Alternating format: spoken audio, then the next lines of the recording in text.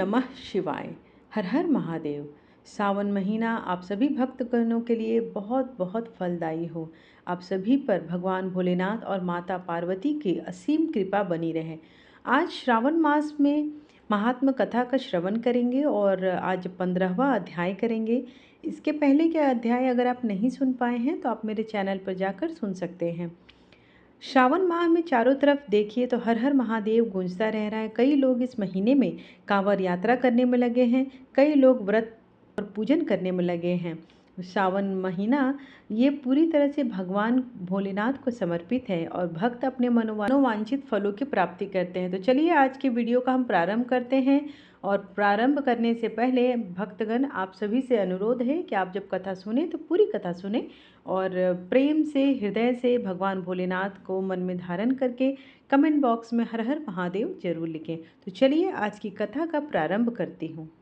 श्रावण महात्म कथा का 15वां अध्याय सुपोदन षष्ठी व्रत तथा अर्क विवाह से संबंध रखता है।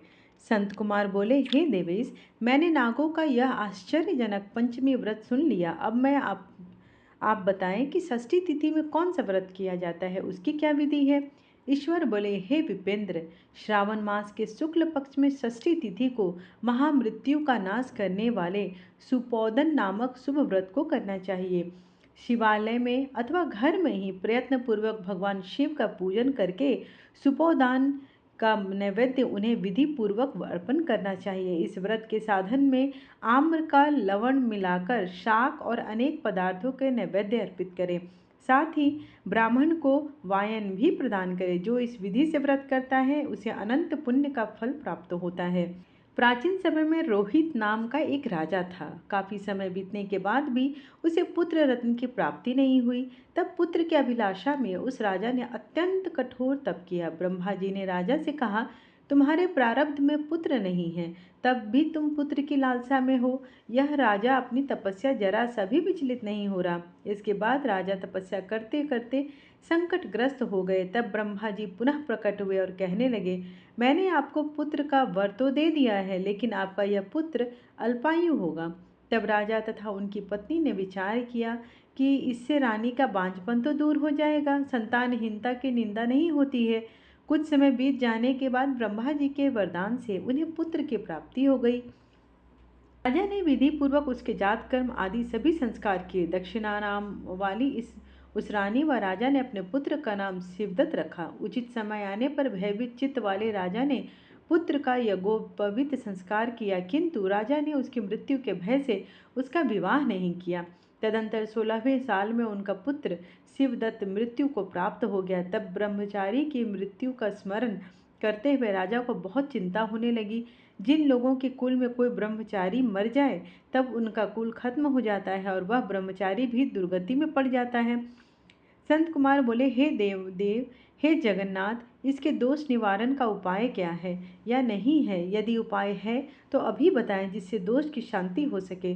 ईश्वर बोले, यदि कोई स्नातक तथा अथवा ब्रह्मचारी मर जाए तो अर्क विधि से उसका विवाह कर देना चाहिए।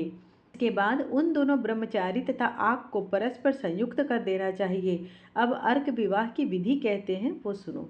मृतक का गोत्र, नाम आदि लेकर देश काल का उच्चारण करते कहें, और मैं मृत ब्रह्मचारी के दोष निवारण हेतु वैसर्गिक व्रत करता हूँ। सर्वप्रथम स्वर्ण से अभ्युदयिक करके अग्नि स्थापन कर अघर होम करके चारों विधियों से पूजन करें। इसके बाद व्रत अनुष्ठान के उत्तम फल से निमित्त व्रतपति अग्नि के संपादनार्थ विश्व देवों के लिए घृत की आहुति डाले। उसके बाद सृष्टिकृता होम करके अविष्ट होम संपन्न करे। पुनः देश काल का उच्चारण करके इस प्रकार बोले, मैं अर्क विवाह करूँगा। उसके बाद सुवर्ण से अभ्युदय कृत्य करके अर्क शाख तथा मृतक की देह को तेल तथा हल्दी से लिप्त करके पीले सूत से वेष्टित करें और पीले रंग के 2 वस्त्रों से उन्हें ढक दें। इसके बाद अग्नि स्थान करे और विवाह विधि में प्रयुक्त योजक नामक अग्नि में आघार होम करे व अग्नि के लिए आजय होम करे। इसके बाद चारों विरादियों से पूजन करे। उसके बाद आग की डाली तथा मृतक के शव को विधि पूर्वक जला दे। मृतक अथवा मृगयान में निमित्त 6 वर्ष तक इस व्रत का अनुष्ठान करना चाहिए।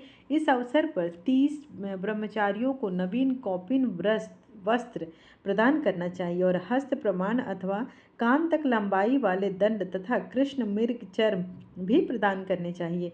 उन्हें चरण पादुका, छत्र, माला, गोपी चंदन, प्रवाल मणि की माला तथा अनेक आभूषण समर्पित करने चाहिए। इस विधान से व्रत करने पर कोई भी विघ्न नहीं होता।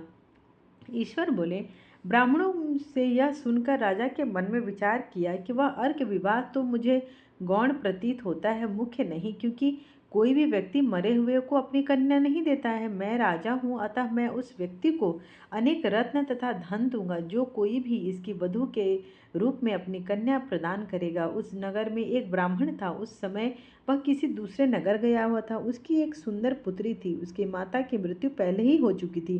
ब्राह्मण की दूसरी भी पत्नी थी जो ब्राह्मण की पुत्री के प्रति बुरे विचार रखती थी तथा दुष्ट मन वाली थी। कन्या 10 वर्ष की थी तथा दीन थी और उसकी सौतेली माता के अधीन थी। अतः सौतेली माता ने द्वेष तथा अत्यधिक धन के लालच में 1 लाख मुद्रा देकर उस कन्या को मृतक राजकुमार के लिए दे दिया।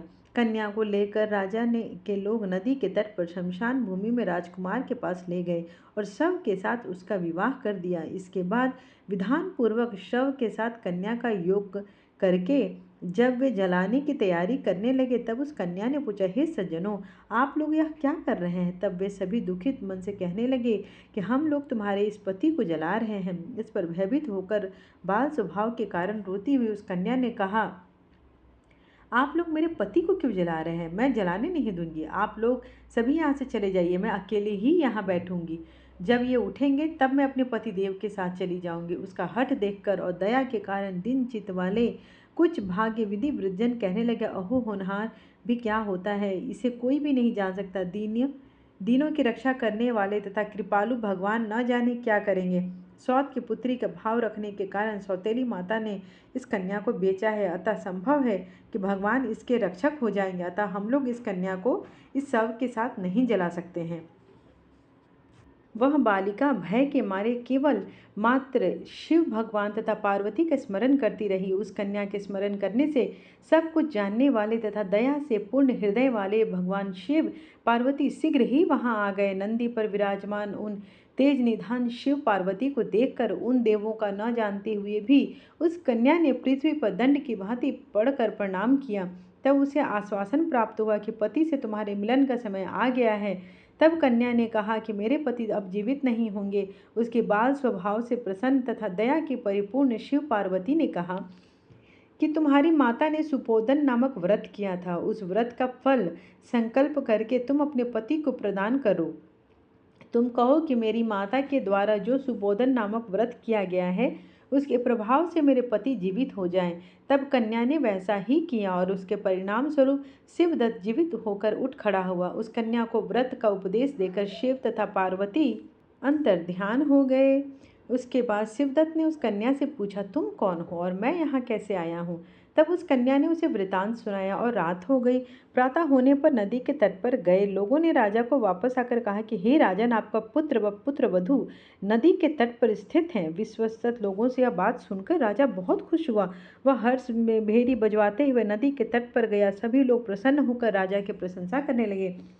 वे बोले, हे राजन, मृत्यु के घर गया हुआ आपका पुत्र पुनः लौट आया। इस पर राजा पुत्रवधू की प्रशंसा करने लगे और बोले कि लोग कि मेरी प्रशंसा क्यों कर रहे हैं? प्रशंसा के योग्य तो वह वधू है।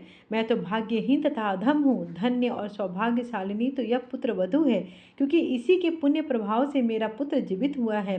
इस प्रकार अपनी पुत्र वधू की प्रशंसा करके राजा ने दान तथा सम्मान के साथ श्रेष्ठ ब्राह्मणों का पूजन किया और ग्राम से बाहर ले जाए गए मृत व्यक्ति के पुनः ग्राम में प्रवेश कराने से संबंधित शांति की विधि को ब्राह्मणों के निर्देश पर विधि पूर्वक संपन्न किया।